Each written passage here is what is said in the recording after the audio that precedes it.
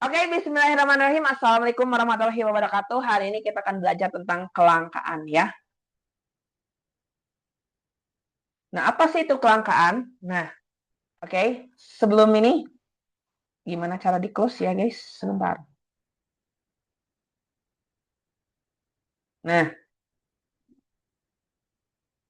Nah, menurut Leonard Robin, kelangkaan merupakan karakteristik manusiawi. Kelangkaan itu terjadi ketika kebutuhan manusia yang tidak terbatas berhadapan dengan sarana pemuas kebutuhan yang terbatas. Kelangkaan adalah kondisi di mana manusia memiliki sumber daya ekonomi yang terbatas untuk memenuhi kebutuhan yang tidak terbatas. Ciri-ciri ya, kita akan ke ciri-ciri kelangkaan. Yang pertama adalah sumber daya jarang bisa didapat. Bisa juga tidak mencukupi. Dengan kata lain, alat pemuas berupa barang itu barang dan jasa itu terbatas. Yang kedua, keinginan untuk kebutuhan manusia yang tinggi. Dapat dikatakan kebutuhan manusia tidak terbatas. Yang ketiga, jumlah alat yang memenuhi keinginan manusia itu, kebutuhan manusia itu sangat terbatas. Karena tidak diproduksi lagi, sehingga mengakibatkan sulit didapat. Yang keempat, harga permintaan melambung tinggi dibanding harga biasa. Karena jumlah terbatas, sedangkan permintaan dari konsumen sangat tinggi. Yang kelima, konsumen harus berkorban demi mendapat alat pemuas berupa barang atau jasa, bahkan sampai mengorbankan kebutuhan banyak orang untuk memenuhi kebutuhan yang lebih penting. Nah, ada beberapa faktor yang menyebabkan terjadinya kelangkaan barang dan jasa. Yang pertama adalah perbedaan lokasi atau letak geografis. Yang kedua adalah pertumbuhan penduduk. Yang ketiga perkembangan iptek. Yang keempat kemampuan produksi. Dan yang terakhir bencana alam. Lanjut. Nah, jenis-jenis kelangkaan. Yang pertama adalah kelangkaan sumber daya alam. Yang kedua adalah kelangkaan sumber daya manusia. Yang ketiga adalah kelangkaan sumber daya modal. Nah, yang terakhir kelangkaan sumber daya kewirausahaan. Nah, ada pun dampak kelangkaan. Yang pertama adalah terjadinya kenaikan harga. Yang kedua, pengangguran semakin meningkat. Yang ketiga, kriminalitas semakin meningkat. Dan juga yang terakhir, angka kemiskinan akan bertambah. Bagaimana sih cara mengatasi kelangkaan? Yang pertama adalah menyusun skala prioritas. Artinya mana yang harus bisa didahulukan, mana yang bisa ditaruh di akhir. Yang kedua adalah menghemat penggunaan sumber daya alam.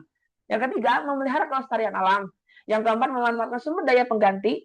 Dan yang kelima, meningkatkan kualitas sumber daya manusia. Dan yang keenam, mengelola sumber daya modal dengan tepat guna.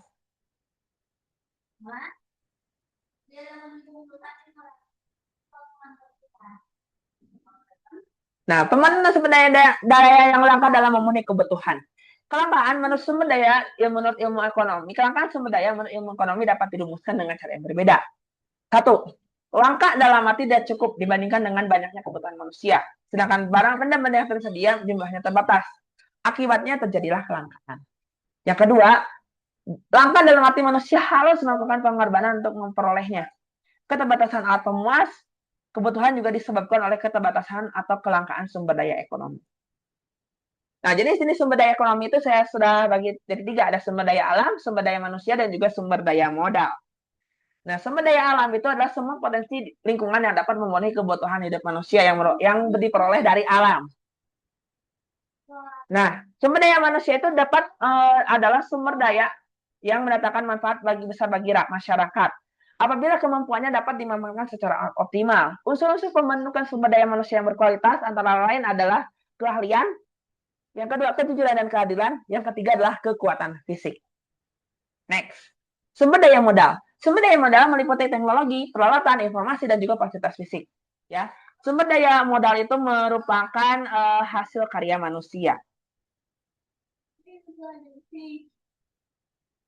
Lanjutkan. Nah, pengembangan modal itu ada beberapa bagian. Ada berdasarkan wujudnya, berdasarkan sifatnya, berdasarkan subjeknya, berdasarkan bentuknya, dan berdasarkan sumbernya. Menurut wujudnya, sumber modal itu terbagi menjadi dua. Ada uang dan juga barang. Ya, uang itu merupakan dana yang dapat digunakan untuk membeli sarana, alat, dan bahan yang dipergunakan dalam produksi. Yang kedua ada barang, merupakan alat yang digunakan untuk proses produksi. Contohnya tanah, gedung, apalagi ya, mesin dan juga alat transportasi. Next.